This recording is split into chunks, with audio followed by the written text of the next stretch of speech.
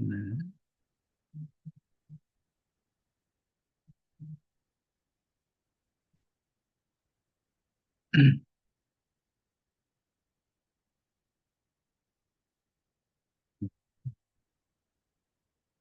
증기압과 끓는 점 이렇게 보면 여기서 조금 우리가 증기압 얘기하면서 끓는 점 얘기하면서 또 혼란스러운 부분들이 있어요. 그런 부분들을 오늘 좀 명확히 정리를 해볼 수 있도록 하는 그런 기회가 됐으면 좋겠습니다. 그래서 선생님이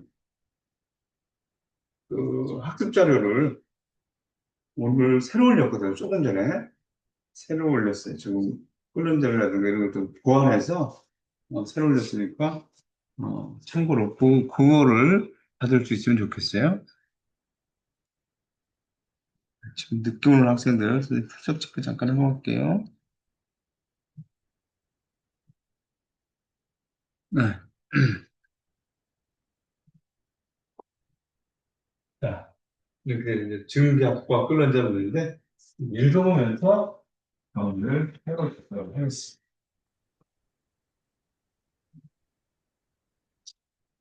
액체의 끓는 점은 증기압이 외부 압력과 같아지는 온도. 액체의 끓는 점이 증기압력이 외부 압력과 같아지는 그 온도를 액체의 끓는 점이다 이렇게 얘기합니다. 그러니까 가만히 생각해 보면 끓는다라고 하는 것은 내부에서 기포가 올라야 되잖아요. 기포가 오르잖아요. 내부에서도 증발이 일어나, 내부에서도 결합을 끊고 기화하겠다고 나오는 그런 현상이에요. 기화돼서 기포가 나오려면 적어도 외부 압력 정도 돼야 그 기포가 돼서 나올 수가 있지. 외부 압력보다 그 작다 보면 눌리는 힘에 의해서 기포가 생길 수가 없죠. 그렇게 이해를 하면 돼요. 외부 압력과 같아지는 온도가 끓는다니까. 물질의 일반 끓는다는 끓는 대기압 760토라고 한 것은 압력과 마찬가지예요. 압력이다. 토리첼리를 기념하기 위해서 ATM 압력을 토르라고 얘기하고 있다. 그래서 760기압의 ATM에서 끓는 겁니다. 아니요, ATM이 아니죠. 수은조죠, 수은조. 이거는 이거 수은조하고 760이니까 밀리미터 수은조. 액체에 미치는 외부 압력이 증가하면 액체 외부 압력이 끓는 점도 증가합니다. 외부 압력이 증가하면 기포가 나와야 되니까 더 많은 에너지를 줘야 그 기포가 나올 수 있다. 그래서 끓는 점도 높아집니다. 압력밥솥 생각해 보면 되겠죠? 압력밥솥 외부 압력이 높아지니까 거기서 끓는 점도 더 높아졌고, 그래서 요리라든가 이런 것들이 빨리 된다. 이렇게 볼 수가 있을 것 같아요. 임계점이라는 말 나오는 거. 여기 있죠. 임계점이 여기 있어요. 그러니까 온도도 높고, 압력도 높은 상태. 우리가 지구의 지층 보면 저 안에 지층이 있는데 이 안쪽이 내에 있고 여기 나눠보면 여기 내 여기가 이제 외 이렇게 얘기하죠. 근데 내는 고철로 돼 있고 외는 액체로 돼 있다라고 얘기를 하잖아요. 근데 안으로 갈수록 압력이 높아져요. 온도도 높아져요. 지구 내부로 갈수록 온도와 압력이 높아져요. 근데 여기가 온도가 여기보다 높은데 여기는 고체고 여기는 액체라고 되어 있는 것은 어떤 상태를 결정하는 데 있어서 온도만 가지고 상태를 결정하지 않는다는 거죠. 온도와 압력으로 상태가 결정된다는 거예요. 온도, 압력으로 상태가 결정된다. 그래서 여기도 온도와 압력이 같이 나가는 거예요. 그렇죠? 온도와 압력이 같이 나가니까 이렇게 생각을 하면서 이거를 한번 이 상평형도라고 얘기하는데요. 이걸 상평형도라고 얘기하는데 같이 한번 보도록 하죠. 그러니까 여기서 하고 싶은 얘기는 특정 온도와 압력, 특정 온도와 압력 거기서 상이 결정된다. 고체 상태나 액체 상태나 기체 상태나라고 하는 것은 온도 압력으로 결정된다.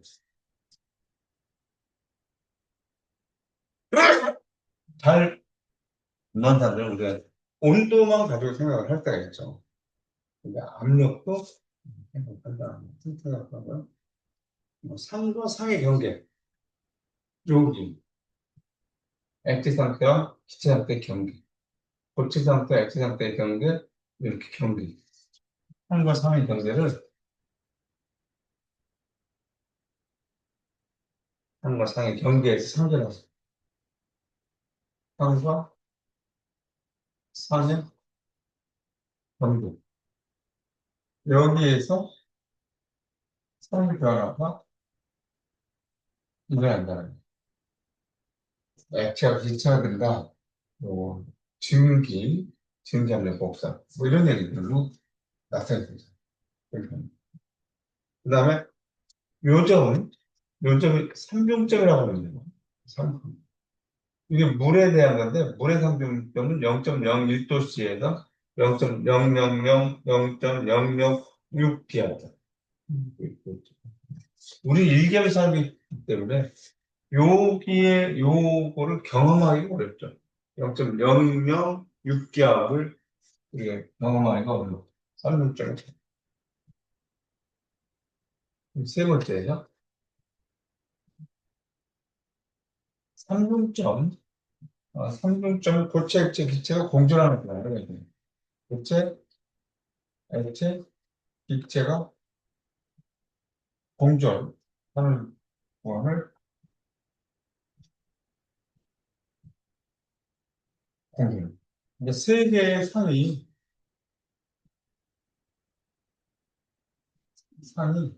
평형을 이루고 있다. 세 개의 상이 평형을 이루고 있다. 이렇게 얘기를 할 수가 있겠죠. 그 다음에 네 번째에서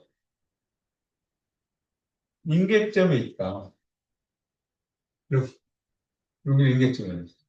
374도씨 218기야. 인계점. 물의 인계점은 370, 경험하기 어렵죠, 우리가. 218기야. 그렇죠? 경험하기 어려워. 인계점의 초인계 유체.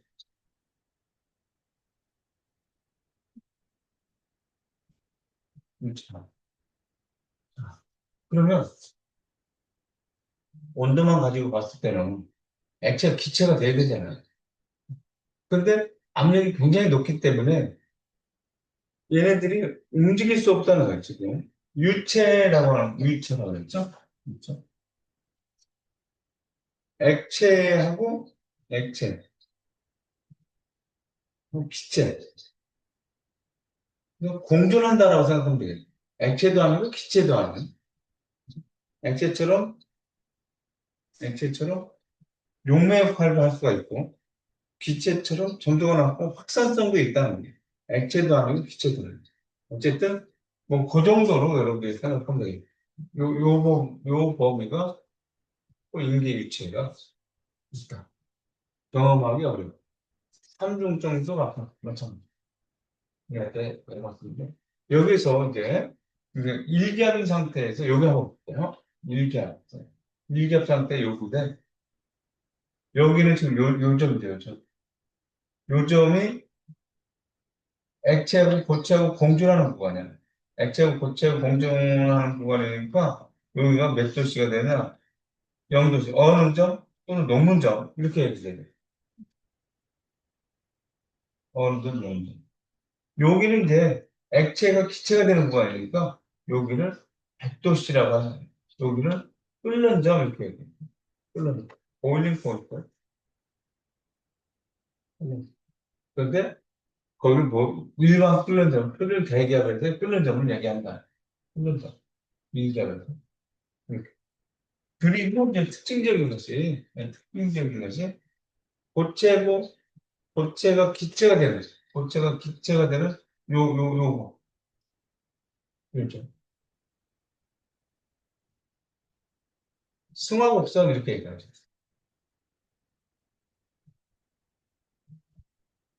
이거는 교화곡선. 걔네들은 지금 고체가 기체가 되고 액체가 기체가 되는 구간에 기울기 있죠. 그러니까 T분의 P, 기울기. T분의 P 값이 양수가 돼요. 양의 기울기가 됩니다. 양의 기울기. 그런데 특징적인 것이 뭐냐면 고체가 액체가 되는 거예요. 고체가 액체가 되는 구간에서의 T분의 P. 즉, 기울기. 음의 기울기. 얘를 얘기해요. 선이 왼쪽으로 기울다. 고체가 액체보다 밀도가 작다는 것을 자, 이렇게 음의 기울기를 갖는다. 라고 하는 거예요. 이것을 이렇게 불만이 가지고 있는 특성이에요. 이거는. 음의 기울기를 갖는 거예요. 그래서 우리들이 살아나갈 수 있다. 이렇게 볼 수가 있어요. 그러니까 고체가 액체보다 밀도가 작다라고 하는 것. 이따가 다시 한번 설명을 할게요. 여기서 이제 여기 이산화탄소인데요. 여기 이산화탄소. 여기 이제 고체니까 드라이했죠? 얘는 양의 기울기를 갖잖아요. 그죠? 이것도 양의 기울기, 이것도 양의 기울기. 그죠? 그런데 뭐냐면 물은 승화곡선, 그 다음에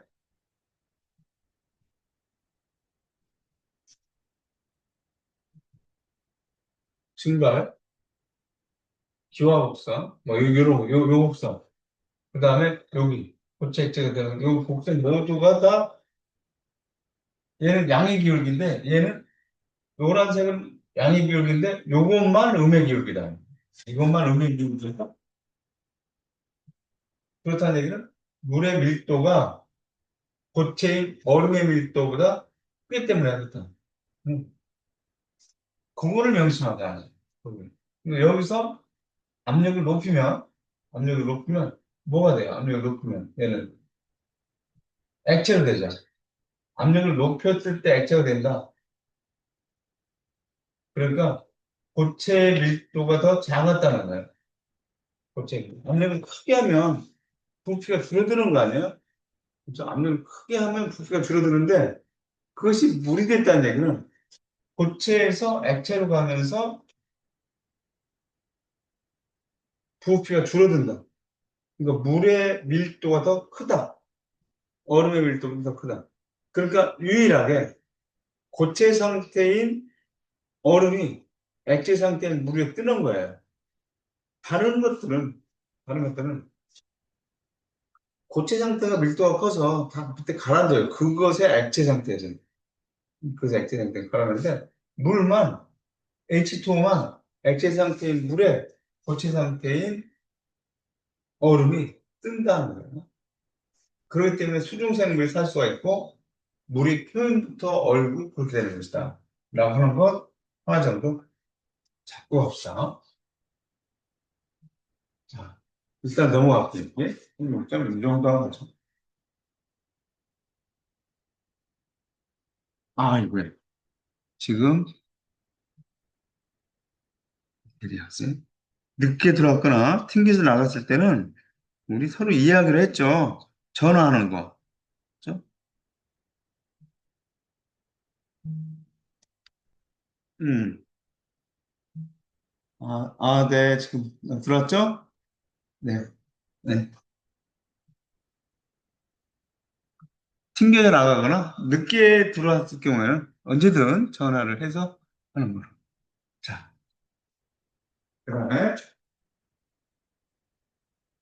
이제 끓는 점이라든가 이런 부분들을 조금 먼저 여기서 볼게요.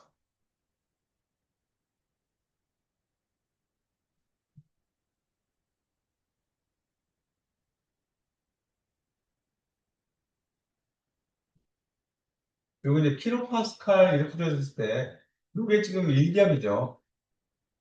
그죠? 일기압.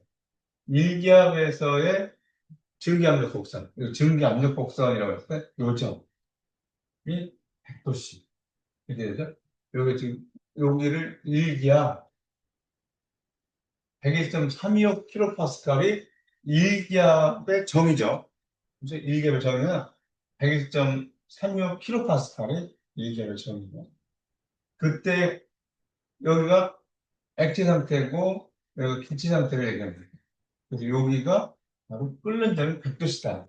라고 합니다. 끓는 점. 액체 표면에 작용하는 외부 압력의 증기 압력이 같을 때의 온도. 외부 압력이 증가하면 끓는 점도 증가한다. 그래서 정상 끓는 점이라고 하는 것은 일기압 760도로에서의 액체의 끓는 점을 정상 끓는 점이다.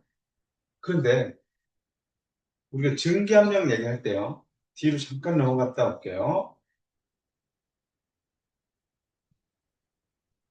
증기압력 얘기할 때, 증기압력 얘기할 때는 닫힌 플라스크, 닫힌 플라스크, 닫힌 계에서 얘기했어요. 증기압력 얘기할 때는. 닫힌 계 얘기를 했는데, 지금 닫힌 계에서는 끓는 현상은 나타나지 않는다.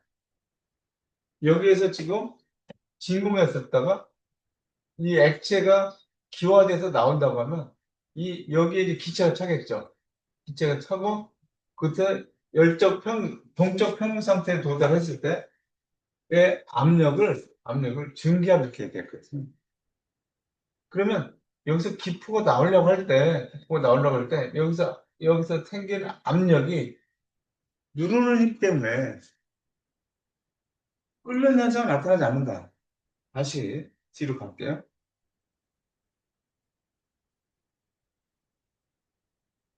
지금 이게 이런 얘기예요. 그런데 여기는 지금 보니까 기포가 나오고 하는 데는 닫힌 개가 아니잖아요.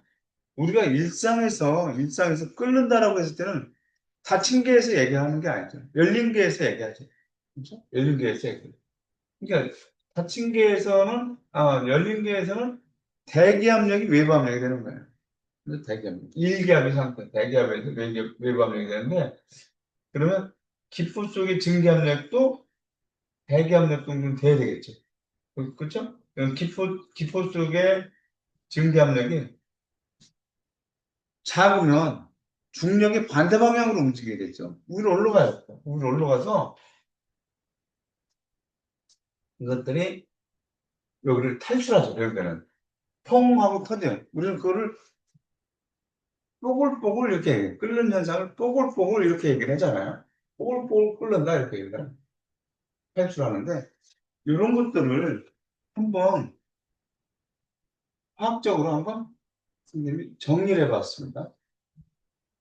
닫힌 개하고 열린 개에서 끓는 지금 증기압력의 정의는 닫힌 개에서 얘기를 하고 있거든요.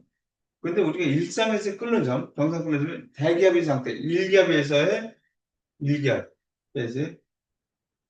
끓는, 일기압에서 증기압력을 우리는 끓는 점을 이렇게 얘기했다는 거예요. 선생님이 이렇게 좀 만들어 봤습니다. 그래서 혼란스럽지 않도록. 오늘 올려놓은 숫자로 요 그림이 있을 거예요. 그러면 지금 여러분들이 혹시 안 받은 사람들은 클래스에 들어가서 신속하게 지금 요거를 잠깐 바꾸고 시작할게요. 3분 뒤에 시작할게요. 25분에 학습자를 새로 좀 바꾸고 시작. 25분에 시작할게요.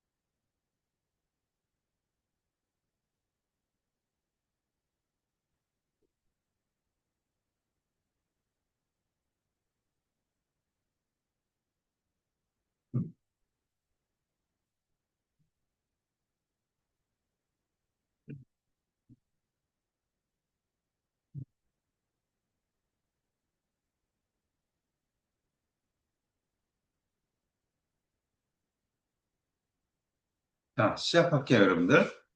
숫자를 새로 보셨으면 좋겠습니다. 자, 여기서 지금, 이때 온도가 T1이라고 할 때, 이때 증기압력이 이제 P1이라고 해보고요. 그래서 온도를, 여기 이렇게 할 때 온도를 증가시켰어요. 온도가 증가가 되면 어떤 기화가 잘 되죠. 기화를 촉진시키는 원인이 되는 거예요. 기화의 튀는 원인이 되겠죠. 그러면 증기가 많아졌으니까 T2의 온도가 더 높다면 증기압력도 T2로 이렇게 바뀌게 될 거다라는 얘기죠. 그러면 증기가 많아졌다는 얘기는 이 액체 상태, 이거 A 액체 상태, 기체 상태를 만드는 거니까 여기서 액체 상태가 되면서 어떤 이 상의 경계가 있죠. 여기 상의 경계가 있잖아요. 경계에 어떤 위치 변화가 생긴다. 상의 경계에서 어떤 위치 변화가 생긴다. 그러니까, 그러니까,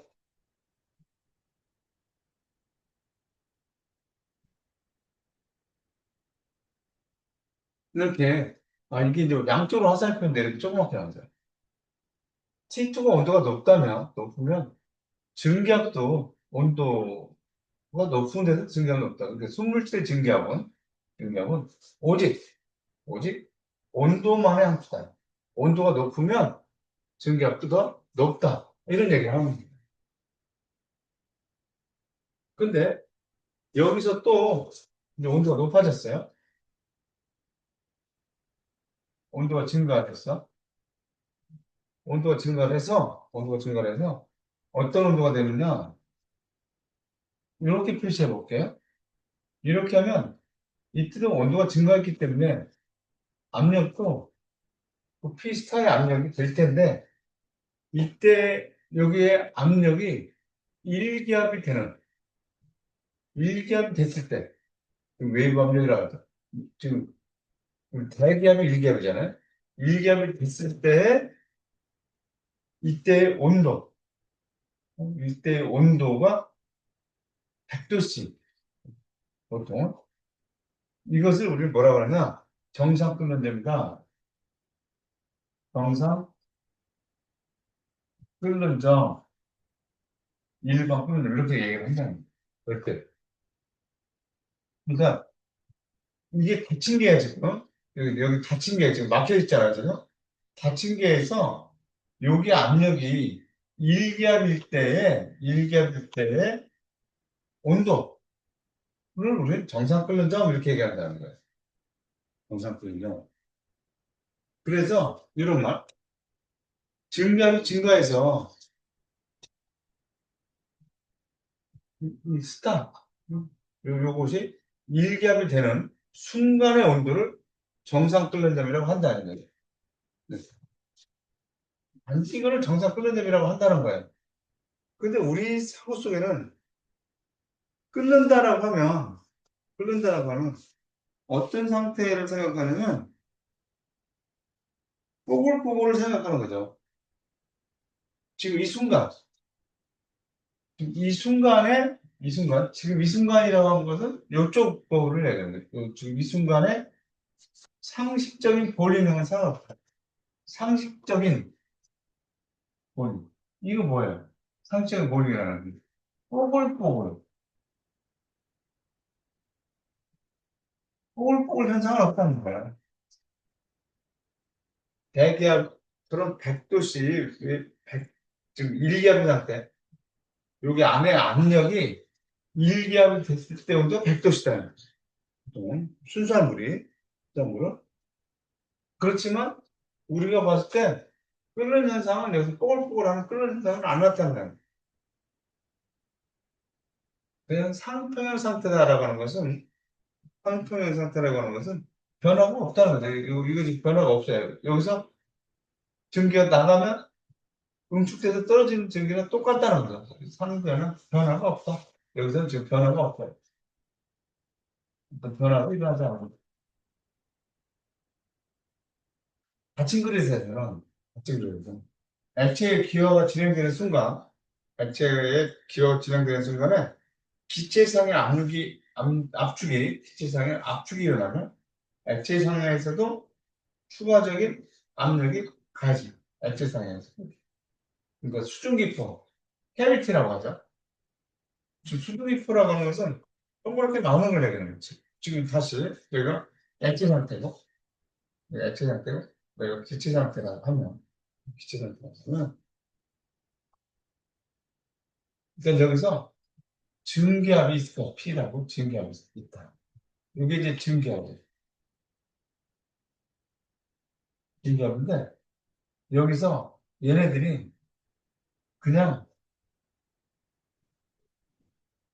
캐비티, 즉 수증기 기포가 만들어지고 싶지만 증기압을 누르는 힘 때문에 만들지 못하고 이렇게 있다는 거죠. 이렇게. 그런데 그런데 얘네들이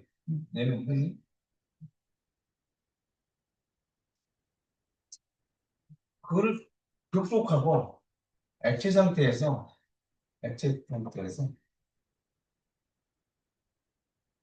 캐비티가 이렇게 만들어졌다. 수증기포가 만들어졌다라고 하나 지금 이런 거 액체 상태하고 기체 상태의 부피가 얼마큼 차이가 나냐면 1000배 내지 10,000배 정도 차이가 나는 걸 알고 있죠. 그러면 선생님 여기다 이렇게 그려놓은 게 이게 기포가 이렇게 커지면 여기에서 여기서 기포가 커진 것만큼의 얘네들이 액체 상태의 부피도 올라가지 않겠느냐는 거예요. 그러면 수증기가 여기 있었단 말이에요. 수증기가 아니라 수증기 있죠. 수증기 당연히 있죠. 그때 증기압력이 이렇게 있었다고요. 증기압력이 있었으면 이게 증가했기 때문에 증기압력도 요만큼 증기압력이 변해서 이것이 누르는 힘이 생겼을 거라는 거예요. 원래 이 증기압이 누르는 힘이 있었을 거 아니에요? 있었단 말이죠. 있었으면 기포가 생긴 거에 대해서도 전체를 누르기 때문에 얘네들은 이 압력을 사막에서 다 받겠죠. 그렇죠? 사막에서 다 이렇게 받게 될 거라는 거예요. 사막에서 지금 받게 되기 때문에 나 지금 이런 상태에서 어떻게 수증기표를 만들려고 하면 수증기를 만들려면 액체상에서도 아, 여기서도 지금 이 얘기 뭐냐면 액체의 기화가 진행되는 순간 기체상의 압축이 일어나며 기체상의 압축이 일어나며 액체상에서도 요만큼이 수증기포에 의해서 부피가 액체에서 부피가 늘어났으면 여기에 공간이 적어지면서 요만큼의 압력 변화가 더 생겼을 거다. 그 압력으로 누를 거다. 그럼 이 수면을 누르기 때문에 이 기포가 전체적으로 다 압력을 받게 될 거야. 그래서 수증 기포의 형성이 어렵게 된다는 거예요. 그러니까 애시당초 이렇게 되는 것이 어렵다는 거예요. 애시당초. 애시당초 이렇게 수증 기포를 만드는 자체가 어렵다는 거예요. 애시당초에 이런 상태로 있는 거지 이런 상태로 만들기가 어렵다는 거예요. 그렇기 때문에 닫힌 계에서는 이런 현상 관측이 안 된다는 거예요. 닫힌 계에서는. 그러니까 상식적인 보이는 현상이 없다. 뽀글뽀글하는 현상이 안 나타난다는 거예요. 닫힌 계에서는. 이해되나요, 지금 여러분들? 자, 그러면 지우고 넘어갈까요?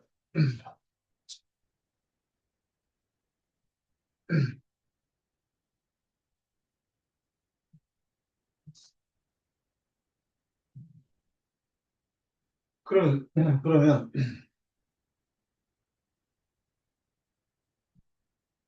우리에게는 상식적인 본인 현상, 뽀글뽀글 현상은 열린 용기에서 일어나는 거예요. 상식적인 돌림 현상은 열린 용기에서 여기 열린 용기예요, 지금. 이렇게 열린 용기가 있으면 얘가 액체야. 화장돼 있었어요. 그러면 여기서 쭉 있고 캐비티가 만들어졌다면 이렇게 만들어졌어요. 이렇게 만들어졌으면 여기 조금 더 극단적으로 표시를 해서 여기서 얘가 생긴 것만큼의 이만큼이 이렇게 늘어난다고 해요. 예. 이렇게, 이렇게 생기는 거는 아니라, 이렇게 생기는 거는 아니지만, 이걸 그냥 분주하게 해서, 그럼 얘가 밀도가 작기 때문에 중력의 반대 방향으로 이렇게 올라가요. 올라가서 이렇게 올라가서 액체 상태의 물, 즉 이게 지금 액체 상태의 물가 온다. 그래서 액체 상태의 물에서 이 캐비티는 여기는 어때요? 대기압은. 여기 대기압은 항상 일정하죠. 여기 좀 볼록해졌다고 압력이 늘어나는 게 아니죠. 대기압이 일정하고, 이 캐비티는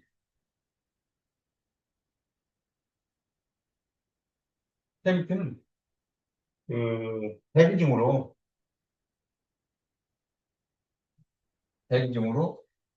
펜트라는, 펑 하고 나가는, 펜트를 한다. 이렇게. 그러니까 액체 내부에 캐비티가 생성돼도 외부 대기압은 유지하다. 아까 닫힌 게에서는 캐비티가 생성된 것만큼 증기압도 커지기 때문에 그것들이 다시 그 증기를 누르는 때문에 애시당 쪽 그 증기가 만들어지기가 아주 어렵다는 거죠. 까다롭고 어렵다. 그래서 해밀턴의 증기 밀도가 작기 때문에 중력 반대 방향으로 움직이고 이것을 보일링 현상이라고 하는 거다. 이렇게 여러분들이 이거 훈련장 부분 인정해서 좀 이해를 했으면 좋겠습니다. 그러니까 자칭계에서는 끓음 현상을 관측하기 어렵다. 우리가 끓음 현상을 볼 수 있는 것은 열린계에서 볼 수 있는데 이런 식으로 이해를 하고 끓고 증기압력과 이런 관계들을 여러분들이 정리해야만 어떤 혼란스러움에서 좀 빠져나올 수 있을 것이다. 약간 혼란스러울 때가 있어요. 끓음 현상이라든가 뭐 이런 것들을 생각할 때 이렇게 정리하도록 하겠습니다.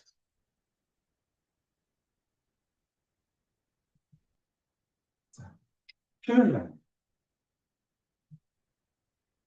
교과서에 있는 내용들 지금 좀 더 여러분들 이해하기 좋게 해보는 거예요. 수면 장벽 하면 쉽게 이렇게 생각하고 가는데 고급화해서 고급화 수준에 맞게 고급화하게 그렇게 간단하고 쉬우면 고급화하게 왜 실어놨겠느냐 생각을 해보면서 선생님이 이런 얘기를 다 그냥 글로 편세를 하려고 하다가 시간이 너무 걸릴 것 같으면 편세를 하면서 하면 그래서 그냥 타이핑해서 이렇게 좀 그러니까 PPT에 넣었어요.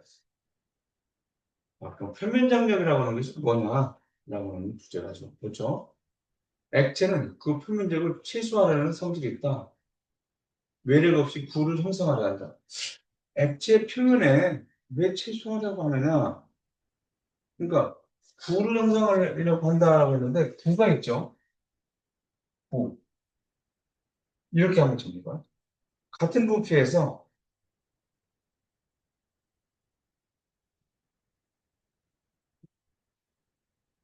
같은 부피에서 표면적이 가장 작은 모양이 구예요. 표면적이 가장 작은 모양이 구다. 작은 모양이 구. 이다. 그러니까 부피분의 표면적. 이렇게 여기다 써볼게요. 부피분의 표면적. 부피분의 표면적. 이 글씨가 부피분의 표면적이 최소가 되는 거. 최소가 되는 것을 뭐라고? 구하는 거예요. 부피분의 표면적이 최소가 되는 것이 구야. 이것이 그런 표면장력이라고 하는 것은 그 표면적을 최소화하는 성질이잖아요. 저것이 오늘 가르치는 표면장력 효과다. 액체의 표면장력, 이 표면장력 효과. 부과되려고 하는 것을 표면장력 효과다. 이렇게 얘기했어요. 이렇게 정리해요. 그래서 부피분의 표면적이 최소의 것이 구야. 그래서 표면장력이라고 하는 것은 그 표면적을 최소화하는 성질. 근데 자동적으로 외력 없이 부과되려고 하는, 도를 형성하려고 한다. 그것을 표면장력 효과. 이렇게 얘기했을 지금 왜 생각나? 옆에 그림은 한번 보죠. 이 교과서에 나와 있는 여기를 표면에 있는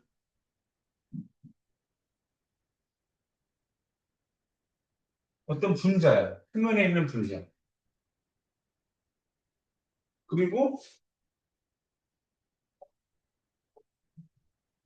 내부에 있는 어떤 분자. 내부에 있는 분자는 이 사방에 있는 다른 분자들하고의 상호관계를 하겠죠. 인력이 있을 거라는 거죠. 그런데 얘는 표면에 있는 애는 위쪽에 있는 애는 없잖아요. 그렇죠? 그러니까 이렇게 그림이 그려졌어요. 알짜임이 안쪽으로 향한다는 거예요.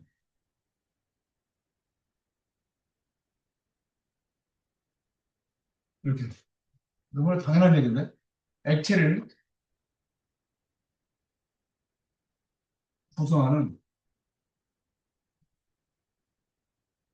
분자 사이에는,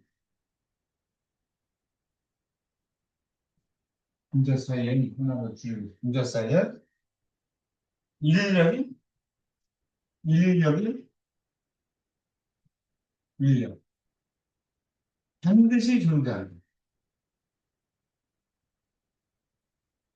이렇게 써놓고 보니 너무나 당연한 얘기죠. 네. 액체니까 당연히 인력이 존재할 거예요. 인력이 존재하지 않는다라고 하면 기체잖아요. 기체도 실제 기체는 인력을 인정하자 이렇게까지 나오는 거죠. 이상기체. 인력을 인정하자 안 했었잖아요. 그러니까 액체이기 때문에 액체면 당연히 인력이 존재하는 거죠. 그래서 액체를 당연히 한번 써보면서 그냥 의식을 해보자. 액체를 구성하는 분자체에는 인력이 반드시 존재한다. 그래서 그것들을 대략적으로 수식으로 하는 것은 정량적이라고 보면 그냥 대략적으로 정성적으로 그냥 느낌으로 해석을 해보면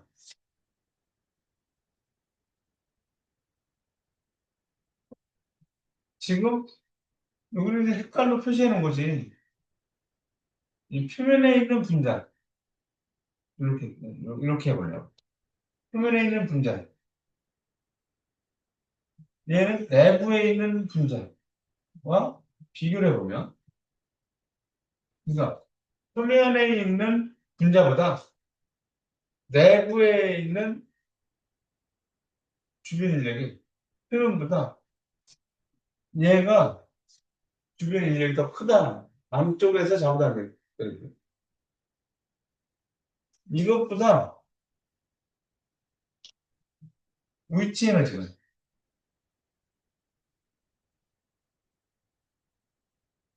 이것보다 이거의 위치 에너지는 더 작다.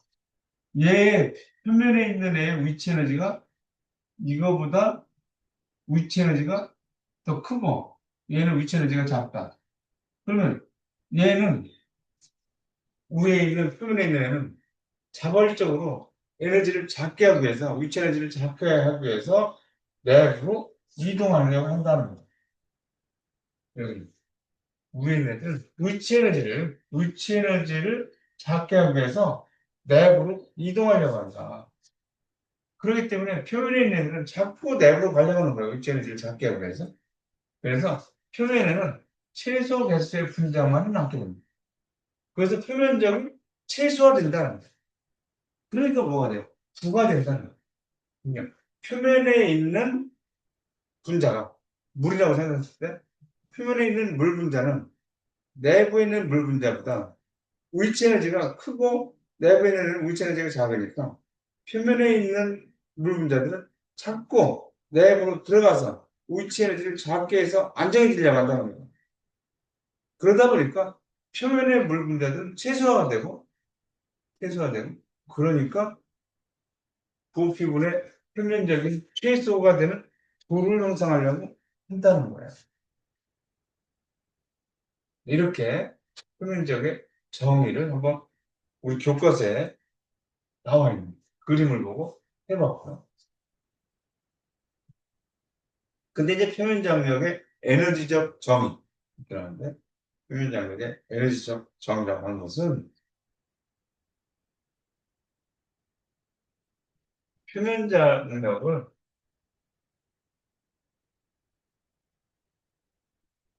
감마 이렇게 늘어난 단위 면적당 필요한 에너지. 그러니까 표면장력의 에너지적 정의라고 하는 것은 에너지나 에너지나 이를 일에 관련해서 한번 생각을 해보자 이거예요. 늘어난 표면적을 우리가 시그마라고 시그마계라고 해서 배웠던 그 시그마라는 것으로 나타내는 표면적을 넓히는데 소요되는 에너지를 W라고 표현을 이렇게 해보자고요. 그러면 여기에 이렇게 생겨요. 여기에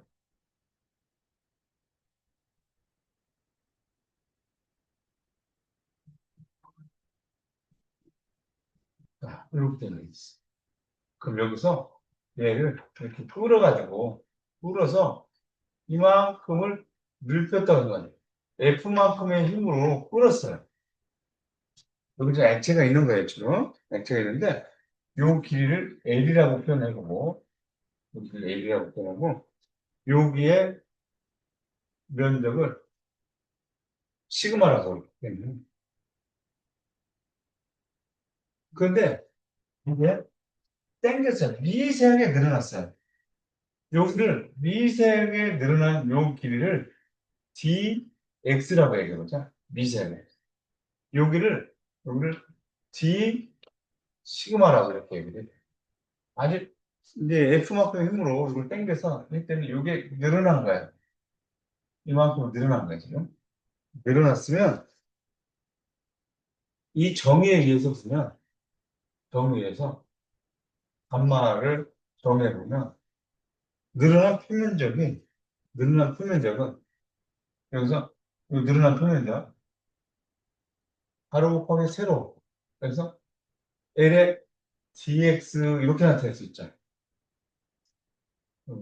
요게 L이고 요게 dx니까 dx만큼 이동했다라고 그러면 이 에너지는 힘 곱하기 이동거리잖아요.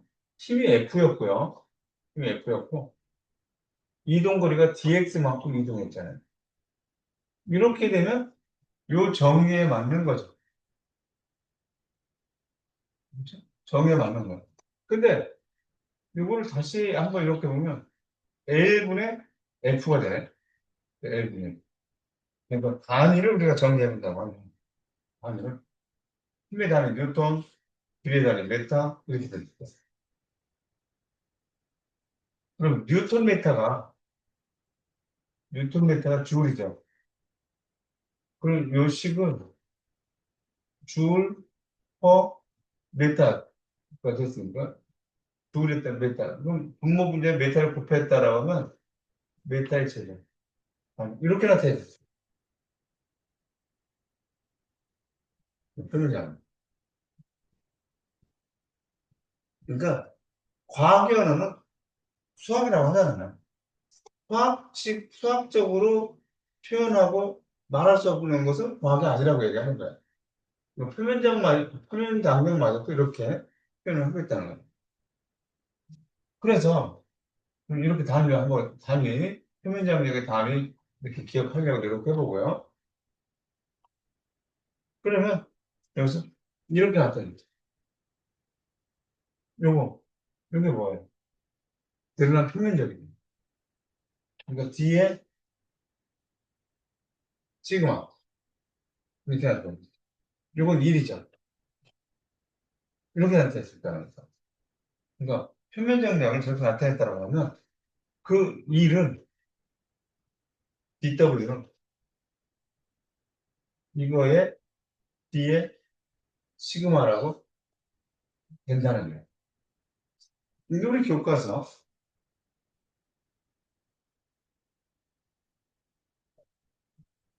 90페이지에 나와는 밑에 지금 보면 중간쯤에 보면 이렇게 이런 식이 하나 나와 있죠. 그죠? 이런 식이 나와 있으니까 이렇게 한번 정리를 해보고 쉬었다가 4시에 만나도록 할게요. 4시에.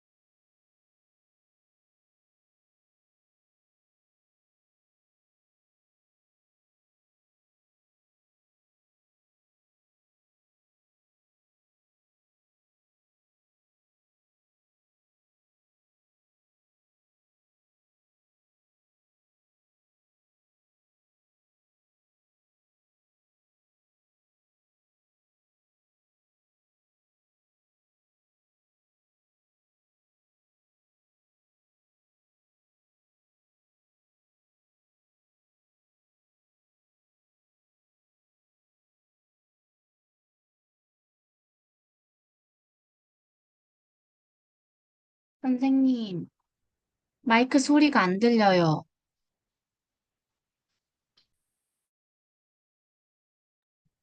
다시.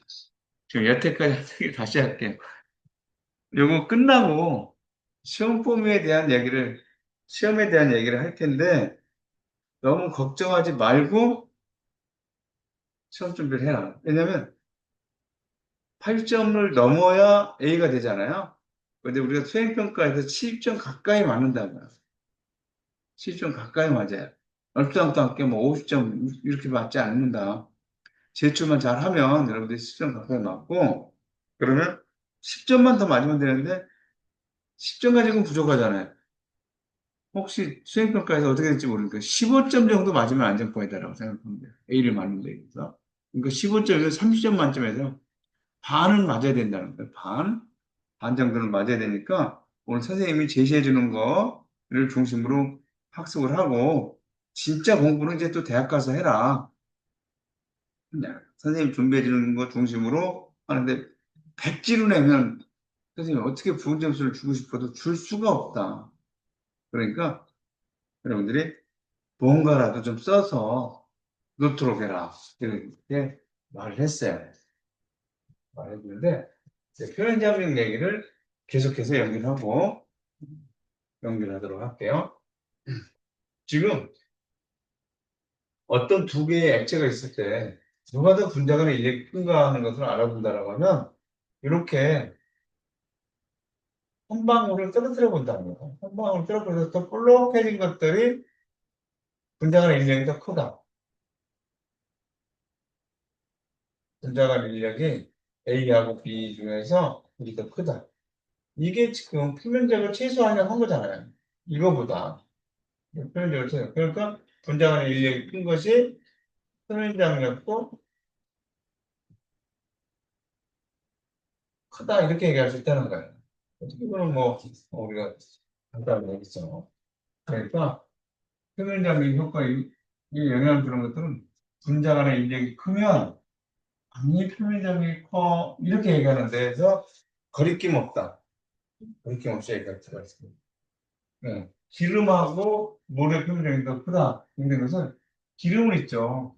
근데 기름 보면 분산력이 작용하지만 분산력이 작용하지만 물은 수소결합력이 작용해요. 수소결합력이 작용하기 때문에 수소결합력이 작용해서 수소결합력이 더 크잖아요. 그러니까 수소결합이 더 크기 때문에 분자간의 이제 크고 분산력이 크다 이렇게 여기가 액체방울의 크기는 어떻게 해요? 액체방울의 크기. 아까 우리 얘기할 때 이런 얘기 있었죠. 첫 번째, 부피분의 표면장. 그것을 표면장력 효과라고 했죠.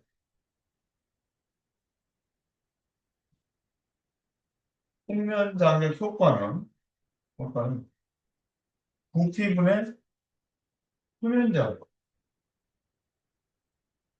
이렇게 얘기를 했다는 거죠. 그러면 부피분의 표면적을 직접적으로 한번 부피분의 표면적을 이렇게 했는데 이걸 직접적으로 써보면 어떻게 되냐는 거죠. 부피분의 표면적. 부의 부피는 3분의 4 파이 r의 세제곱이고 표면적은 4 파이 r 제곱 이렇게 나타내시잖아요. 그러니까 요거를 정리해 보면 어떻게 되는 거예요? r분의 그죠? r분의 3 이렇게 나타냈어요. r분의 3 얘가 얘란 말이죠. 얘가 얘란. 그러면 이 표면장력 효과가 크게 나요. 이것이 커지면 이것이 커지려면 이게 작아야 된다는 거죠. 그러니까 여기서 알려는 건 뭐냐면 물방울의 크기를 얘기해요. 물방울의 반지름. 그 물방울의 크기가 작을수록 표면장력 효과가 크다는 거죠. 물방울의 크기가 작을수록 표면장력 효과가 더 크다. 그죠? 그렇구나. 두 번째, 생각해 보죠. 표면 장력에 의한 압력. 표면 압력에 의한 압력 생각해보자. 이거를 P의 표면상, 표장이라고 할게요. P의 표장. 압력의 단위는 파스칼로 썼던 거, 여러분들 생각하죠? 단위 면적당 누르는 힘이다. 근데 이거는, 아까 얘기한 R분의 2에, 이게 표면장력이겠죠? 그렇죠? 이게 감마, 표면장력이었어요. R분의 2 감마로 나타내지는 거예요. 이게 이제 라플라스 압력이라고도 하는데, 라플라스 압력이라고도 하는데, 여기서 R분의 2R이라고 된 것은 지금은 그냥 받아주세요. 이걸 증명하고 뭐, 이걸 유도하고 하기보다는 표현장력 얘기를 하는 거니까 지금 받아달라. 이 얘기 방식과. 그러면 얘네들이 지금 어떻게 되는 거 하는 거야? 아까 표현장력의 단위가 뉴턴 메타였던 거 기억해야 돼요. 반지름이니까 메타죠. 그러면 요 식 정리해보면 어떻게 돼? 뉴턴 퍼 메타 제곱. 뉴턴 퍼 메타 제곱이 압력의 단위잖아요. 그래서 뉴턴 퍼 메타 제곱이 압력의 단위니까 이렇게 나타낼 수 있다는 거죠. 아, R분의 이 감마라고 나타내지는 거구나. 그러면 여기다가 이런 것들을 잠깐 이렇게 한번 봐세요. 지금 유리관으로 만든 이 관을 이렇게 놓고 이렇게 유관으로 만들었어요. 그리고 이 물에다가 이렇게 놨다는 거예요. 그러면 물에 유리하고 물이 이렇게 이렇게 부착력이 크기 때문에 이렇게 됐더라고요. 그러면 얘네들이 여기서 이렇게 딴다는 걸 볼게요. 이렇게 이제 미니스컷을 이렇게 할 텐데 이렇게 얘네들이 유지를 할 거다. 그러면 이 상태에서 이게 현재 지금 물이야 물 물이고 요거는 지금 유리.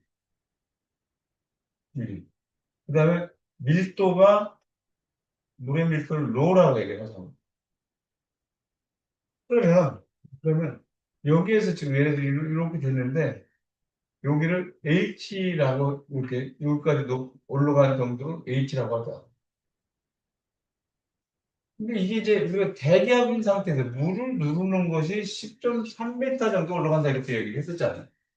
대기압으로 누르는 것이 10배 정도. 그래서 이제 어쨌든 이렇게 나타냈다고 하면 이걸 식을 다시 한 번만 써보면 T의 표면 장력에 대한 것은 R분의 이 감마 이렇게 나타나는데 이거는 밀도가 더됐을 때 로우의 중력과 속도의 저 높이까지 나타낸 이렇게 나타내는 로GH로 나타내는 압력이라고 하는 것은 로GH로 나타낼 수 있다. 이렇게 얘기를 했었죠.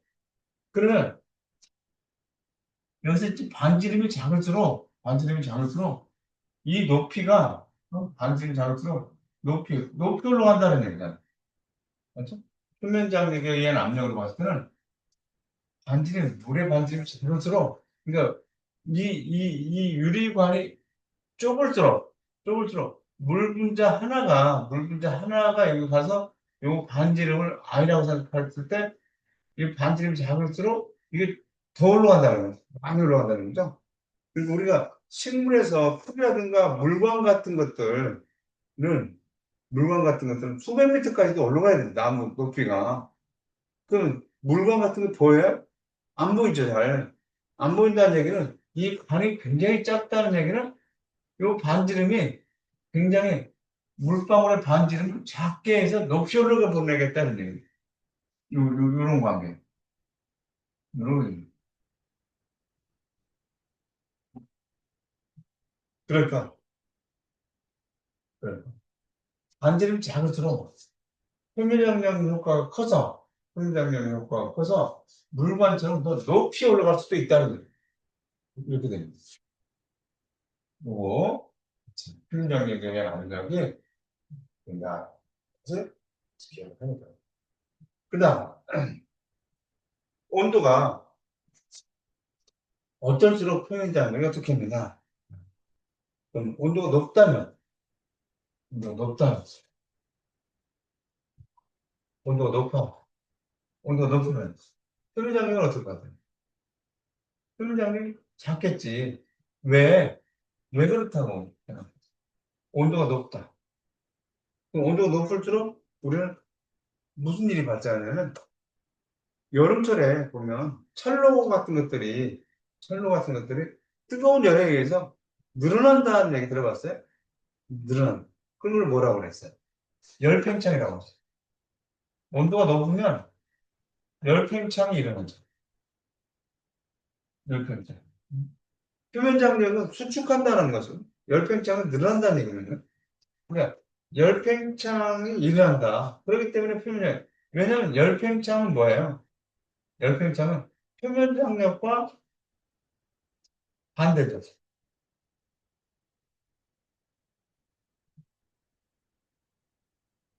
그러니까 열팽창 온도가 높아지면 열팽창이 일어나. 그러니까 표면 장력은 작아져 이런 얘기죠. 표면 장력과 반대니까 열팽창은. 이렇게 얘기하면 깔끔하죠. 온도가 높아지면 우리가 그냥 생각을 해봐도 온도가 높아지면 표면 장력이 작아질 거야. 또 그냥 직관적으로도 알 수가 있을 것 같아요. 그렇지만 설명을 한다라고 하면 온도가 높아지면 열팽창이 일어나기 때문에 표면 장력이 작다라고 설명해도 아주 깔끔한 설명이 아닐까 싶어요. 그렇죠? 네, 이렇게. 그래서 표면 장력, 내가 또 그걸 아는군요. 지금 이 얘기는 어떤 얘기냐면, 얘기가 어떤 얘기냐면, 여기서 유리를 하면, 규산형 광물이다. 이렇게 공부했죠. 물은 H하고 OH 이렇게 있다고 보면, 산소의 전경성도가 커서 델타 마이너스, 그리고 델타 플러스, 이렇게 될 수 있어요. 산소는 특히 전경성도가 더 크잖아요. 얘는 이렇게 나타나죠. 그러면 우리가 FOM과 결합하고 있는 수소, 그 다음에 얘하고 결합되어 있는 이 비공유전자쌍과의 결합. 여기 뭐라 했어요? 요게 수소결합이라고 했다. 그러니까 요거는 뭐야? 요거는 지금 유리를 얘기한 거야. 지금 유리. 요거는 뭐야? 물이지, 물. 그러니까 유리하고 물은 수소결합으로 분자들 간의 결합을 할 수 있어요. 그러니까 그 결합력이 어떻게 했어? 굉장히 크죠? 그죠? 그래서 굉장히 클 것이다. 이렇게 볼 수가 있겠어요. 그러면 여기서 이렇게 한번 보고 이렇게 한번 보고. 이게 지금 요거는 여기 들어가는 것이 물이고 얘는 유리야. 지금 얘는 유리야. 그렇다고 하면 얘네들이 사람들이 물과 이러한 거 이런 관계를 만들어준다. 자, 그러면 요쯤에서 한번 생각해 보자고요. 요쯤에서 이 물은 유리하고 친하니까 이쪽으로 힘이 작용하는. 그리고 여기 물은 중력이 또 작용하죠. 그렇죠? 중력이 작용합니다. 그리고 중력. 얘네들은 부착력. 이렇게 얘기했어요. 부착력. 그러면 중력과 부착력에 의해서 얘네들이 여기로 그 합력이 이렇게 작용한다는 거예요. 합력이. 그럼 이 합력의 90도 방향은 90도 방향으로 수면이 형성된다. 그래서 얘네들이 이렇게 설명하면서 이거는 자기들끼리 결합, 물의 응집력과 부착력이 있으면 유리하고 물의 부착력이 더 크기 때문에 이러한 메니스커스를 만들어낸다는 거죠. 물의 응집력과 율무리의 부착력. 그래서 오목한 메인스커스를 만든다. 오목한 메인스커스를 만든다. 눈금으로 읽을 때는 요 밑에를 읽는다. 눈금으로 읽을 때는 밑에를 읽는다. 그렇고. 그 다음에 이것을 대신 소를 내자는 요쯤에다 저쪽에다 소를 넣게 됩니다. 여기 유리야. 여기 들어가 있는 게 이제 소냐. 소는 자기들끼리의 응집력이 커요. 이렇게 밑으로 쓸게.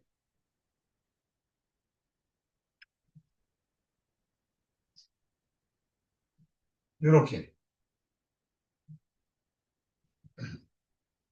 그러면 얘네들은 여기서 요쯤에 있다고 하면 자기들끼리 응집력이 크기 때문에 이렇게 가는 거예요. 이걸 응집력. 여기로 중력. 음, 이게. 그래서 이렇게 하면 이게 나와요. 요거하고 90도가 되도록 하는 수면 형상이, 저기 모르기 때문에 수면 형상이지만 여기서 표면이 형성이 이렇게 만들어졌다는 거예요. 이렇게 만들어지고 얘는 이렇게 만들어지면서 됐다. 이렇게 되는 것은 이렇게 되는 것은 응집력과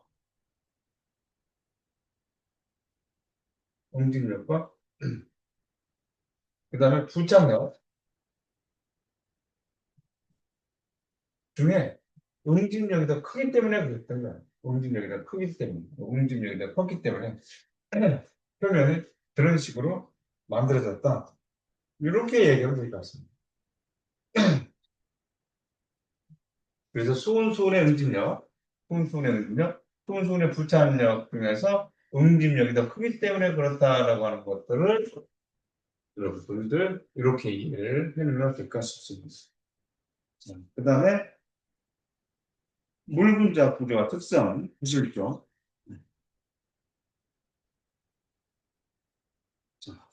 물분자 거기 이제 넘기고 보죠.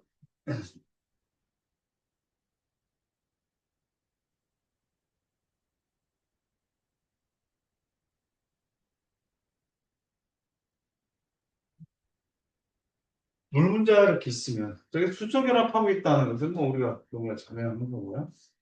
그 다음에 지금도 얘기했지만 산소가 델타 마이너스, 요산소도 델타 마이너스가 됐을 거예요. 그러면 여기 이제 결합각이 몇 도를 이뤘을 때, 몇 도를 이루면서 수소 결합이 최적화가 될까? 이게 마이너스잖아요? 그래서 그러니까 이게 가장 멀리 떨어져 있는 180도일 때, 180도일 때 수소 결합이 최적화가 될 것이다. 이렇게 되는 게 되죠. 이게 180도가 됐을 때 수소 결합이 최적화가 될 것이다. 그리고 여기는 델타 마이너스고 델타 플러스예요. 그럼 가급적. 아니죠. 이게 마이너스예요. 이게 델타 플러스. 가급적 멀리 떨어져 있어요. 물 분자의 수속이라면서도 거리는 최대화 되는 거리는 최대. 그러니까 수소결합이 많아지면 많아질수록 거리는 최대화돼야 안정하기 때문에 수소결합이 많아진다는 것은 온도가 낮을수록 더 수소결합이 많아지는 거예요. 온도가 높아지면 결합수가 점점 줄어들어서 온도가 100도씨가 되면 결합을 끊고서 날아가는 거잖아요. 그러니까 얼음이 됐다라고 하면 얼음 상태에서는 거리가 최대가 되다 보니까 거리가 최대가 되다 보니까 여기에 빈 공간이 생기더라는 거예요. 빈 공간이 생기죠. 그러니까 최대가 되려면 180도의 거리가 최대화가 돼야 반발력이 적어서 수소결합이 최적화가 되는 거예요. 따라서 보면 물보다 수소결합이 많은 얼음의 밀도가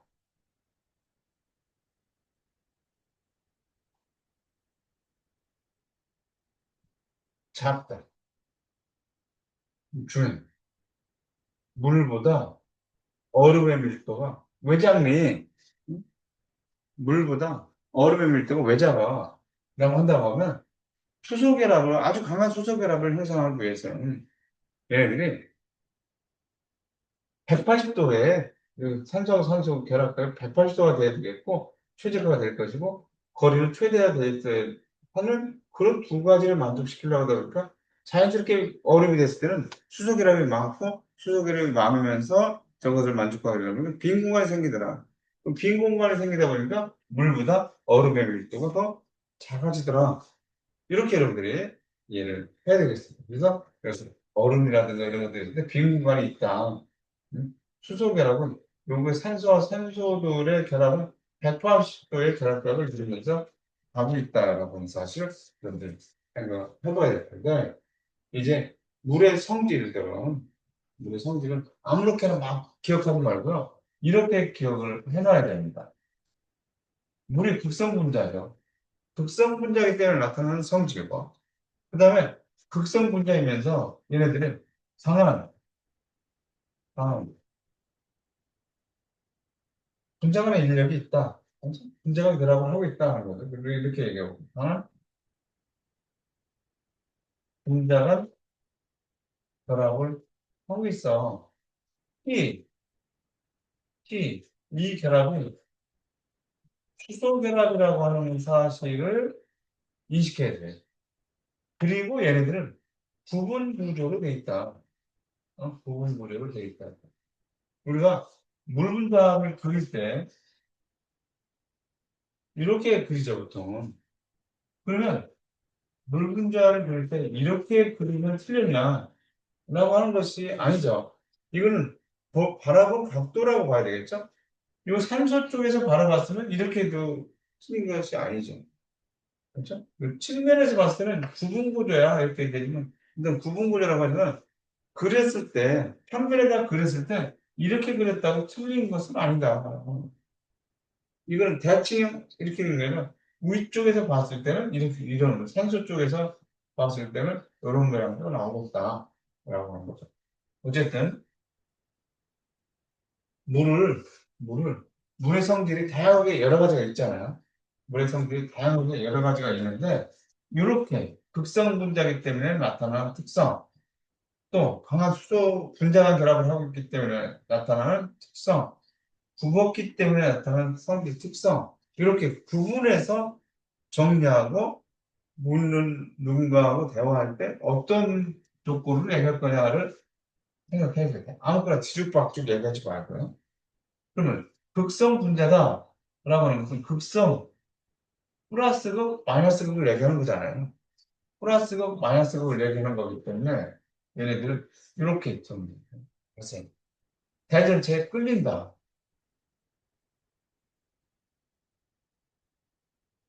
대전체에 끌리는데 수소결합을 하고 있기 때문에 뭐 그렇게 하는 거예요. 극성 분자이기 때문에 대전체에 끌린다라고 하는 거죠. 해야 되겠죠. 또 좋은 극성 용매라고 하는 것들도 극성 분자로 이야기를 해줘야 되겠다. 또 강한 분자간 결합을 가지고 있다. 수소 결합 때문에 나타나는 특성들을 얘기를 해봐야 되겠다는.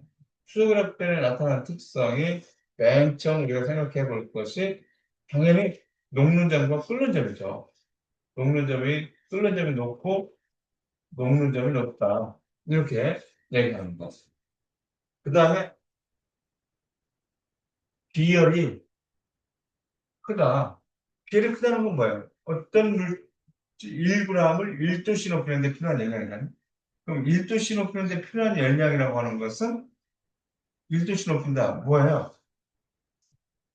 50도씨, 10도씨 물과 50도씨 물의 차이는 뭐예요? 온도가 다르죠? 온도가 다르면 그 물 분자들은 뭐가 다르다는 거야? 온도하고 운동 에너지는 서로 비례한다. 그러니까 운동 에너지가 더 크다. 50도씨 물, 10도씨 물과 50도씨 물의 차이는 온도가 다르죠? 온도가 다르면 운동 에너지가 다르다는 거야. 운동 에너지. 그러니까 어떤 물질 1g을 1도씨 높이는데 필요한 열량을 비열이라고 한다 했으면 비열이 크다는 얘기는 분자간의 인력이 크다는 거죠.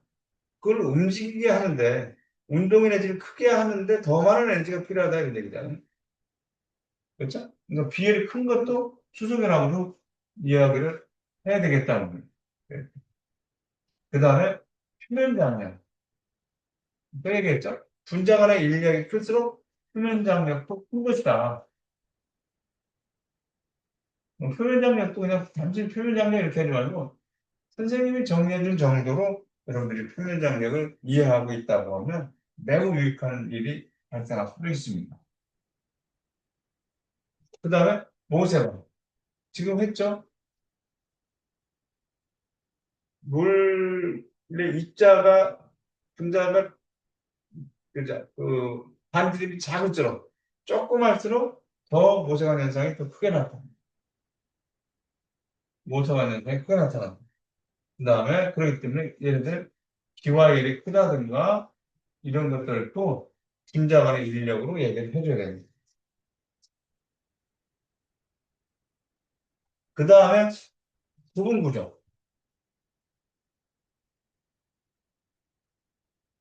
물이 부분 구조이기 때문에 나타나는 성질. 부분 구조이기 때문에 나타나는 성질 어떤 것이 있을까요? 밀도 있죠? 고체 밀도하고 액체 밀도 있을 때 고체 밀도가 더 작다는 거예요. 부분 구조이기 때문에. 그렇기 때문에 밀도가 작기 때문에 물이 표면부터 언다는 거예요.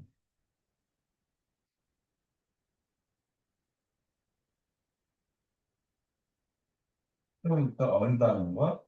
이런 것들을 이렇게 물 분자 구조를 특성을 아는데 그냥 아는 것이 중요한 것이 아니라 아는 것이 중요한 것이 아니라 이런 특성은 이런 것 때문에 이런 특성은 이것 때문에 이런 특성은 이것 때문에 나타나는 거야라고 구분해서 정의정돈을 해라 이런 얘기를 하고 있어요.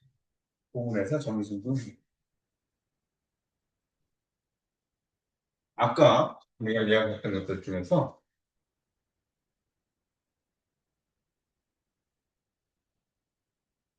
물이 음의 기울기를 얼음하고 융의 곡선이라고 하죠. 융의 곡선에서 이게 음의 기울기를 갖고 있다는 거죠. 음의 기울기를 갖고 있다. 얼음의 용융곡선. 그러니까 융의 곡선, 용융곡선. 얼음의 얼음부터 시작하는 거니까 얼음의 용융곡선, 용융곡선이라고 할게요.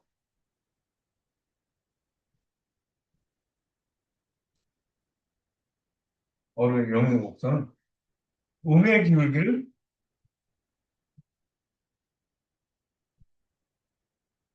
가진다고. 음의 기울기를 가진다. 이렇게 얼음의 용융곡선은 음의 기울기를 가진다. 근데 그럼 어떻게 이 눈에 보이도록 이야기를 해보겠습니까? 압력을 높여봤다. 압력을 높여봤어요. 압력을 높였더니 여기 얼음에서 압력을 높였더니 어디로 가나요? 왔더니 여기로 갔다. 압력을 높였더니 여기 얼으면 여기 어디 갔어요? 물로 왔다는 거죠. 얼음에서 압력을 높여봤어요. 압력을 높였더니 얼음에서 물이 됐다. 그러니까 물이 됐다. 그러니까 이 얘기는 뭐예요? 얼음이 부피가 큰데 물로 됐다는 것은 부피가 어떻게 됐다는 거야? 작아졌다. 압력을 크게 했는데, 압력을 크게 했어요, 지금. 압력을 크게 하면 부피가 줄어들게 돼 있잖아요. 그러니까 얼음에서 물로 갔다는 것은 얼음의 부피가 물의 부피보다 크고 물의 부피는 작다라고 하는 것은 우리가 이미 알고 있지만 그러면 기울기 얘기를 하는 거니까 그 기울기는 중학교 때 생각해 보면 x값의 변화를 하는데 x값의 증가라는 건 y값의 증가라고 얘기를 했잖아요. 그죠? 그러면 x값이 뭐냐? 온도를 얘기하고 있고 y는 압력을 얘기하고 있죠. y는 압력을 얘기하고 있어요. 그러면 x에 대한 이야기는 온도로 얘기해야 되겠어요. 그러니까 물의 온도하고 얼음의 온도. 그러니까 여기서 이 차이를 물의 온도가 당연히 높죠. 양수가 되겠지. 그럼 여기서 부피로 압력 얘기를 해야 될 텐데 압력은 이제 부피로 또 얘기를 해야 되니까 물의 부피하고 얼음의 부피를 비교해보면 이건 음수가 되잖아요. 물의 부피가 더 작고 얼음의 부피가 더 크니까 음수. 따라서 전체도 음수가 됐다는 거예요. 그래? 기울기요. 예, 기울기가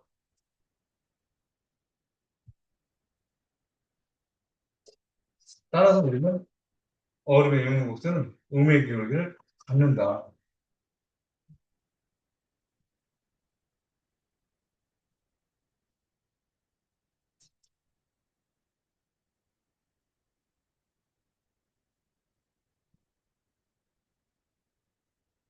나온 이 명제를 증명할 수 있었다는 거죠. 이 정도 가죠. 뭐 어떻게 보면 당연한 얘기지만, 이렇게 표식으로 한 번 정도만 생각을 해보죠.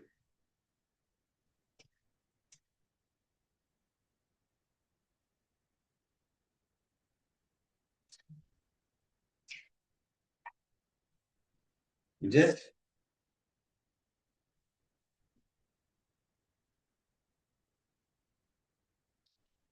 물은 파도시에서 밀도가 최대다. 그런 사실은 알고 있죠? 물의 밀도가 최대다. 물의 최대 밀도는 4도씨에서 물의 밀도가 최대다. 그 얘기는 마이너스 40도씨부터 나왔는데, 여기는 고체, 얼음이겠죠, 얼음. 여기가 이제 상태가 변하는데, 온도가 변하지 않죠. 상태 상전이가 일어나는 곳에서는 열을 가해도 온도가 변하지 않고 상태 변화만 시켜주고 있어요. 4도씨, 그리고 4도씨, 기억하죠? 4도씨에서 물의 밀도가 최대다. 그래서 우리는 마이너스 40도씨부터 마이너스 40도씨부터 8도씨에서 0도씨까지 0도씨 얼음에서 0도씨 물이 되는 거예요. 또 0도씨 물에서 4도씨까지 또 4도씨에서 4도씨 이상 이렇게 이제 우리가 나눠서 생각을 해봐야 되겠어요. 그런데 여기서 수소결합도는 여기 이 0도씨를 포함해서 영도씨 포함해서 이쪽으로 갈 때, 영도씨 포함해서 이쪽으로 갈 때는 수소결합수가 일정이야. 얼음 쪽이요. 수소결합수 변하지 않아요.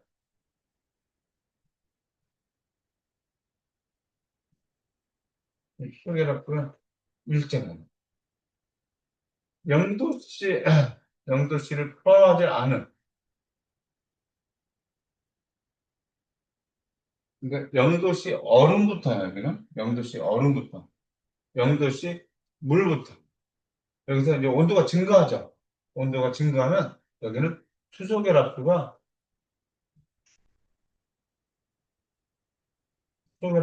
감소하는 그거예요. 여기서는 수소결합이 집중적으로 바뀌겠죠. 상태가 변하는 데니까. 여기는 온도가 높아지면서도 수소결합도 끊는 일을 간간히 조금씩 하고 있다는 거예요. 자, 여기는 한번 정리해 볼게요. 수소결합수가 일정하다 나오는 것으로 봐야 돼요. 그럼 부피가 어떻게 돼요? 부피가 줄어드네요. 밀도가 감소하는 거지. 부피는 증가하는 거네. 꽁꽁 0도씨 얼음보다 마이너스 10도씨, 마이너스 20도씨가 되면 꽁꽁한다고 얘기해요. 꽁 얼면 부피가 줄어드네. 온도가 높아지면 열팽창에 의해서 부피가 늘어나는 수소결합이 수는 변하진 않지만 팽창해서 부피는 증가하고 이렇게 되겠죠. 0도씨 얼음에서 여기도 온도가 높아지니까 부피도 부피 극히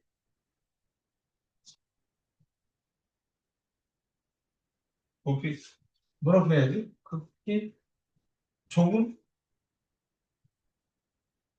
증가해요. 이 정도. 열팽창에 의한 그 다음에 여기는 수소결합수가 급격히 감소합니다. 온도를 올리는 데는 쓰지 않고 결합만 끊는 일을 하고 있어서 급격히 감소해요.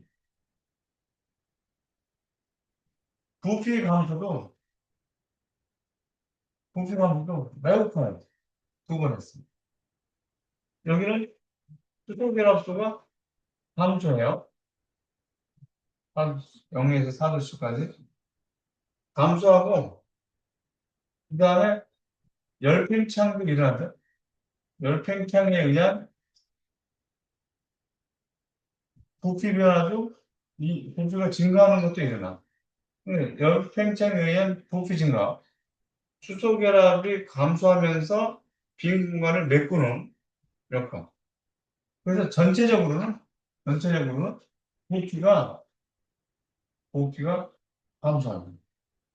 열팽창에 의한 부피가 증가하는 부분이 있지만 감소하면서 부피가 감소하는 것이 더 컸어요. 감소하는 것이 더 컸기 때문에 열팽창의 증가가 커버하지 못하고 전체적으로는 부피가 감소한다.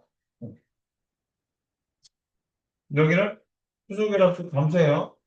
수소결합수 감소하고 여기는 열팽창이 일어나요. 열팽창에 의한 부피 증가가 더 커요. 그래서 전체적으로 부피가 증가합니다. 이 정도. 이 정도로 생각하면 되겠습니다. 이 정도. 여러분들 교과서 준비했나요? 네, 교과서 준비되어 있을 거라고 보고 교과서를 중심으로 한번 정리해 볼게요.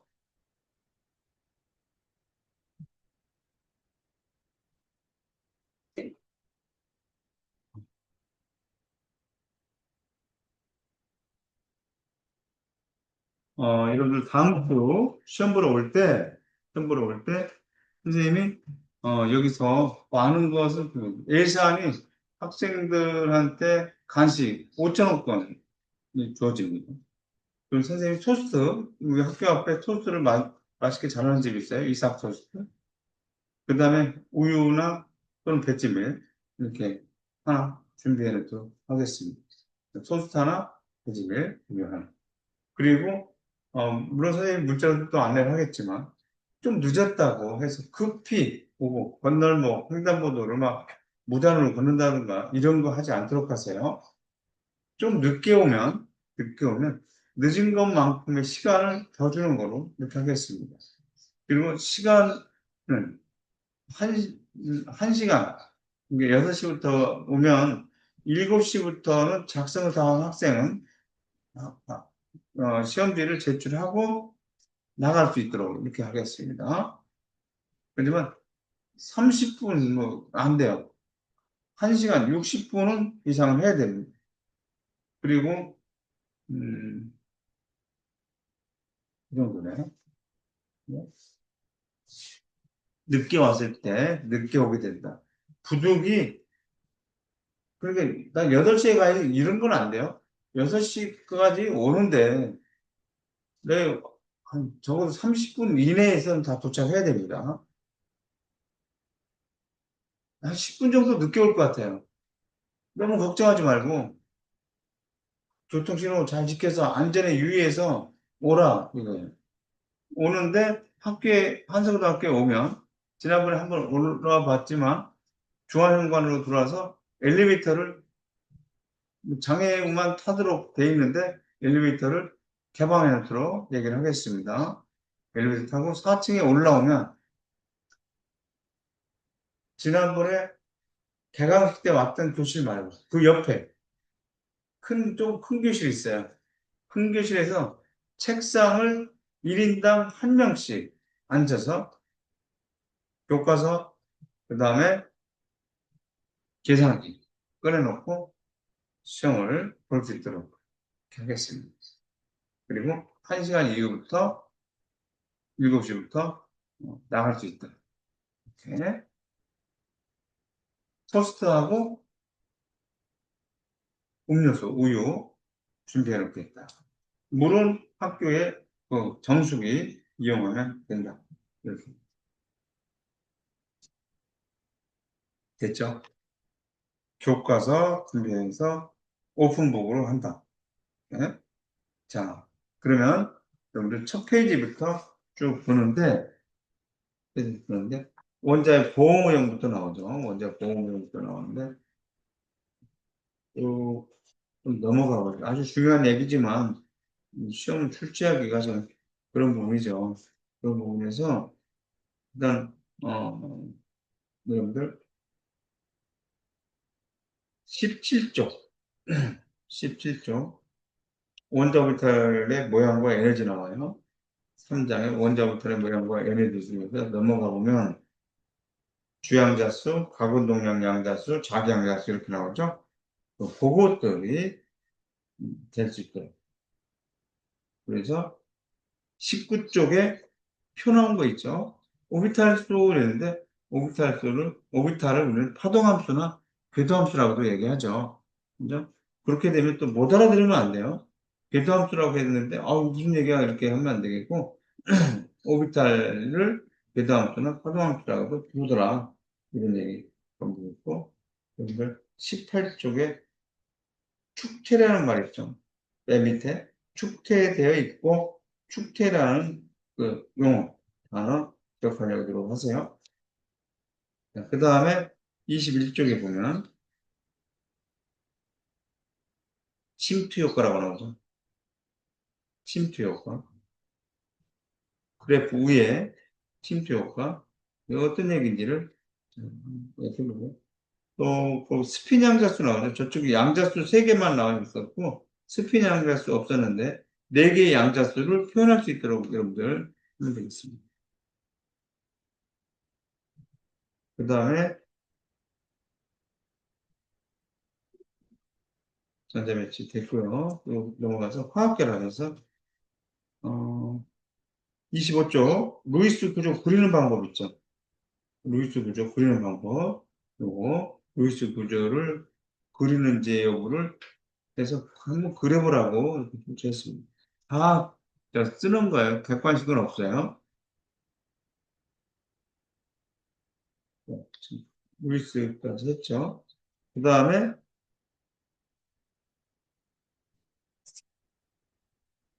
이제 이온결합이 이제 31쪽에서 이온결합 나오는데요.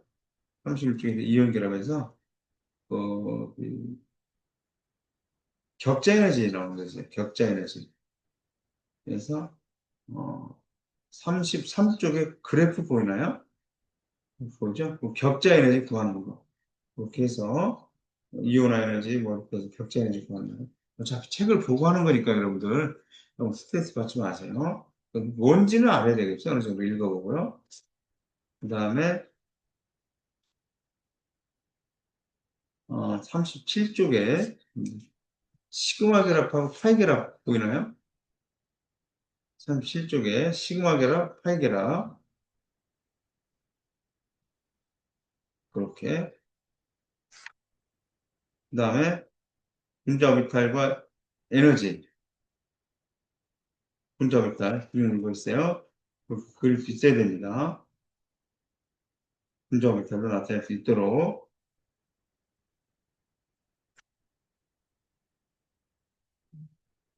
알았죠? 분자 오비탈 뭐 시그마, 파이 이런 것들에서 전자 배치되는 거 그런 것들 좀 해보세요. 그 다음에 전이금속과 배유화합물 전이금속과 배유화합물에서 43쪽에 보면 결정장 갈라짐 이렇게 나오죠. 그거 많이 알아야 되겠고요. 그래서 그것들을 이해하면서 45쪽에 3번 문제 있죠. 차기온에 존재하는 홀전자 수는 각각 몇 개인지를 써라 이랬는데 이거 꼭 정리하고 보고 오세요. 연습 문제 3번, 45쪽 3번. 그 다음에 혼성 업될 47쪽에 혼성 sp3 혼성, sp2 혼성, sp 혼성 이렇게 나오는 거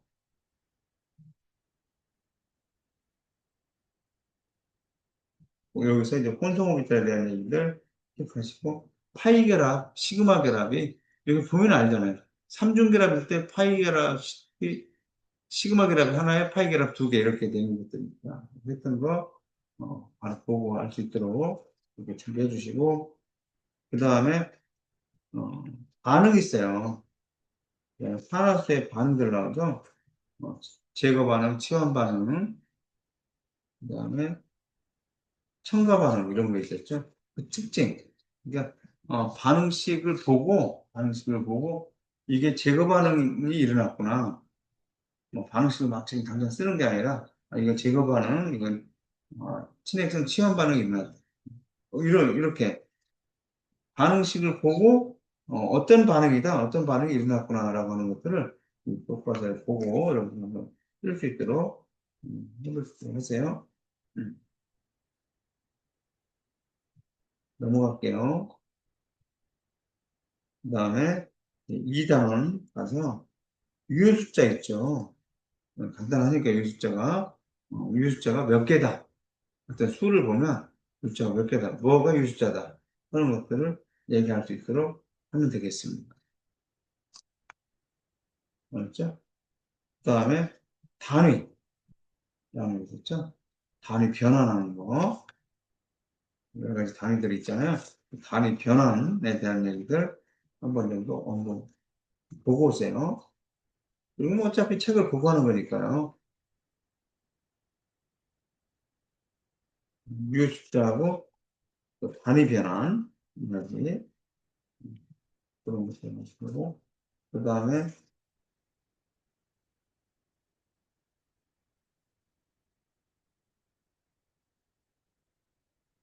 기체에 나오죠. 기체에서 기체 분자 운동론 있죠. 위에 기체 분자 운동론이라고 나온 거 보고, 음, 보고, 그 다음에, 80쪽에 VRMS, 맨 밑에 VRMS, 루트 n분의 3RT를 이용해서 구하는, VRMS 구하는 그 문제. 그러니까 우리 연습 문제에 보면 1번 있어요. 연습 문제 1번에 헬륨의 제곱군, 평균 제곱군 속력을 계산해봐라 이런 거 있었잖아요. 그런 거 정도, 한 번 정도. 일단 뭐 넣고 계산만 잘 해주면 되죠. 혹시나 계산기가 없다. 학교에 계산기를 줄 수 있어요. 학교에 계산기로. 그런데 자연 로고나 이런 거는 일반 계산기예요. 참고하세요. 그 다음에 액체의 증발과 증기압 나오죠. 액체의 증발과 증기압 중에서, 우리 87쪽 있죠. 87쪽에, 클라우디우스 클라페롱식을 이용해서, 클라우디우스 클라페롱식을 이용해서 증발 엔탈피 구하는 방법. 이것도 연습 문제가 하나 있어요. 연습 문제가 하나 있어서, 연습 문제 3번이죠. 그런 것도 하면 될 것 같아요. 오늘 또 여러 가지 훈련점이라든가 훈련장 얘기를 했지만, 오늘, 오늘 한 것들은 실제는 하지 않았습니다. 그 전 것들. 오늘은 이제 앞으로 여러분들이 공부하는데, 많이 도움될 수 있도록 했고요. 다음 주 시험 보고, 시험 끝나고, 고체 부분부터 이제 나가서, 고체 부분부터 나가면서, 여러, 그죠? 여러 학기 이제, 우리 이제 종강할 때까지, 음, 여러분들이 줄을 이루어서 이제 공부를 하게 될 것 같아요. 그렇게, 음, 해주고, 선생님이 여러분들한테 참 너무 고마운 게, 선생님들 몸이 많이 불편했어요. 학기 초에 개강식이나 그 다음날부터 이렇게 해서. 근데도 여러분들이 이렇게 잘 들어와주고, 뭐, 열심히 해줘서 너무 고맙고, 선생님이 아주 미안할 정도입니다. 내가 고마워요. 항상 고맙게 생각하고 있습니다. 아, 그 다음에, 그리고 선생님이 책을 한 권 준비해서 주려고, 교육청으로부터 좀 돈을 좀 많이 받아서 좋은 책을 좀 사주려고 그랬는데, 예산이 올해 없대요. 그래서 뭐 하고 그래서 예산도 찔끔찔끔 보내요.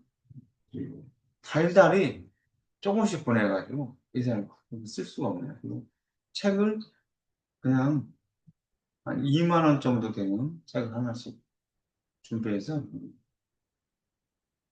시험 보는 날 하나씩 준비도록 하겠습니다. 네, 그렇게.